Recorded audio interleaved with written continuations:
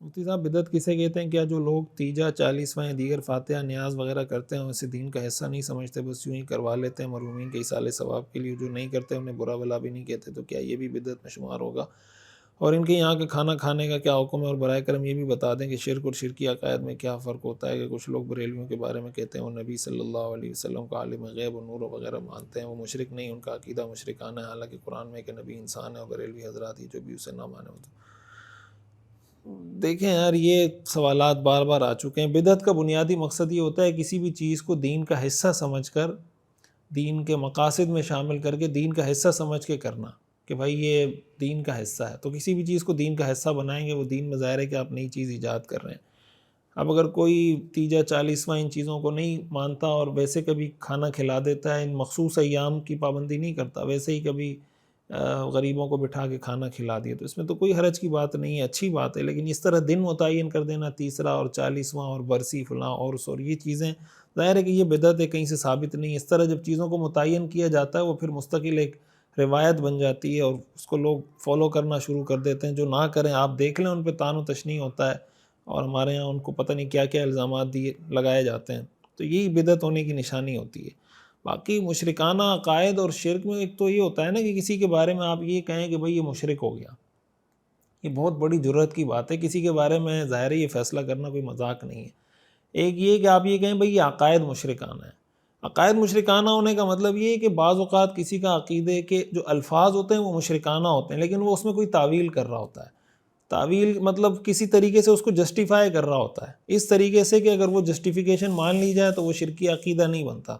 تو وہ کلمات تو شرکیہ ہوتے ہیں، یا آپ اس کو یہ کہہ سکتے ہیں یہ الفاظ تو شرکیہ ہیں، لیکن اس کی وجہ سے وہ آدمی مشرک ہوگا یا نہیں یہ فیصلہ کوئی باہر کا آدمی نہیں کر سکتا، یہ وہ آدمی خود کر سکتا ہے جس کا وہ عقیدہ ہے۔ تو اس لیے کہ اگر کوئی شرکیہ الفاظ، مشرکانہ الفاظ استعمال کرتا ہے تو ہو سکتا ہے ان الفاظ کی وجہ سے وہ مشرک ہو جائے، ہو سکتا ہے نہ ہو، لیکن اس طرح کے الفاظ استعمال کرنا خطرناک بات ہے۔ اس لیے کہ اس کی ضرورت کیا ہے کہ آدمی مشرکانہ الفاظ استعمال کرے، جو قرآن حدیث میں ہمیں جس طرح کے الفاظ، جو تعبیرات ملتی ہیں انہی کو استعمال کرنا چاہیے۔ ایک سوال ہے مفتی صاحب، ہمارا امام مسجد لہن جلی کے ساتھ قرآن پڑھتے ہیں، کیا ان کے پیچھے نماز پڑھنا درست ہے؟ میں فجر اور عشاء کی نماز گھر میں پڑھتا ہوں، جماعت کے ساتھ نہیں، کیا اس وجہ سے میرے لیے جماعت کا چھوڑنا جائز ہوگا؟ دیکھیں، اگر امام لہن جلی کا مرتکب ہو رہا ہے تو اس کا تعلق اس چیز سے ہے کہ اس کی جو غلطیاں ہیں، اگر وہ ایسی غلطی کرتا ہے جس سے معنی بالکل فاسد ہو جاتا ہے، تو ایسی صورت میں جب معنی بالکل فاسد ہو جائے گا، ظاہر ہے نماز بھی فاسد ہو جائے گی، نماز فاسد ہوگی تو نماز نہیں ہوگی، جب اس کی نہیں ہوگی تو آپ کی بھی نہیں ہوگی۔ اب یہ ڈیپینڈ کرتا ہے کہ بھئی وہ لہن جلی جو کر رہا ہے وہ کہاں پہ کیا غلطی کر رہا ہے، تو اس کا بہتر طریقہ یہ ہے کہ آپ اس کی کوئی آڈیو ویڈیو ریکارڈ کر کے تلاوت کی کسی قریبی مفتی صاحب کو کسی دارالافتاء میں دکھا دیں، وہ آپ کو سن کے بتا دیں گے اس کے بارے میں کیا حکم ہے۔ تو خود سے یہ فیصلہ کرنا ایک عام آدمی کے لیے ظاہر مشکل ہے۔ بعض صورتوں میں یہ ہوتا ہے کہ واقعتاً غلطی ہوتی ہے، لیکن وہ غلطی اس کو ٹھیک بھی کرنے کی ضرورت ہوتی ہے، لیکن وہ غلطی ایسی نہیں ہوتی کہ جس سے نماز فاسد ہو جائے۔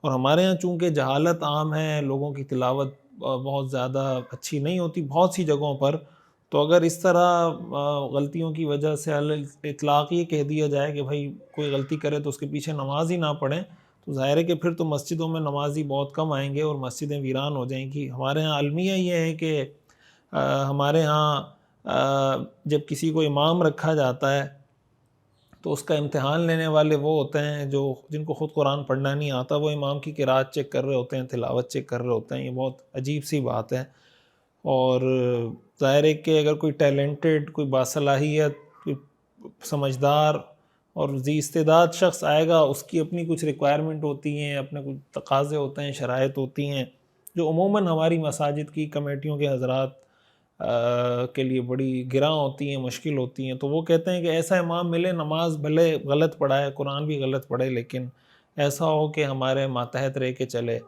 تو اس کا نتیجہ پھر یہی ہوتا ہے کہ یہ مسئلے مسائل ہوتے ہیں۔ تو ہمارے ہاں جو معیارات ہیں نا کسی کو امام رکھنے کے اپنی مسجد میں، وہ اس طرح کے بنا دیے گئے جس کی وجہ سے یہ مسائل ہیں۔ اللہ ہمارے حال پر رحم فرمائے۔ عبداللہ انڈیا سے پوچھتے ہیں مفتی صاحب فضائل اعمال میں حضرت عبداللہ ابن رواحہ کا واقعہ پڑھتے ہیں؟ اس سوال کا جواب ہو گیا بھائی پہلے کسی سیشن میں۔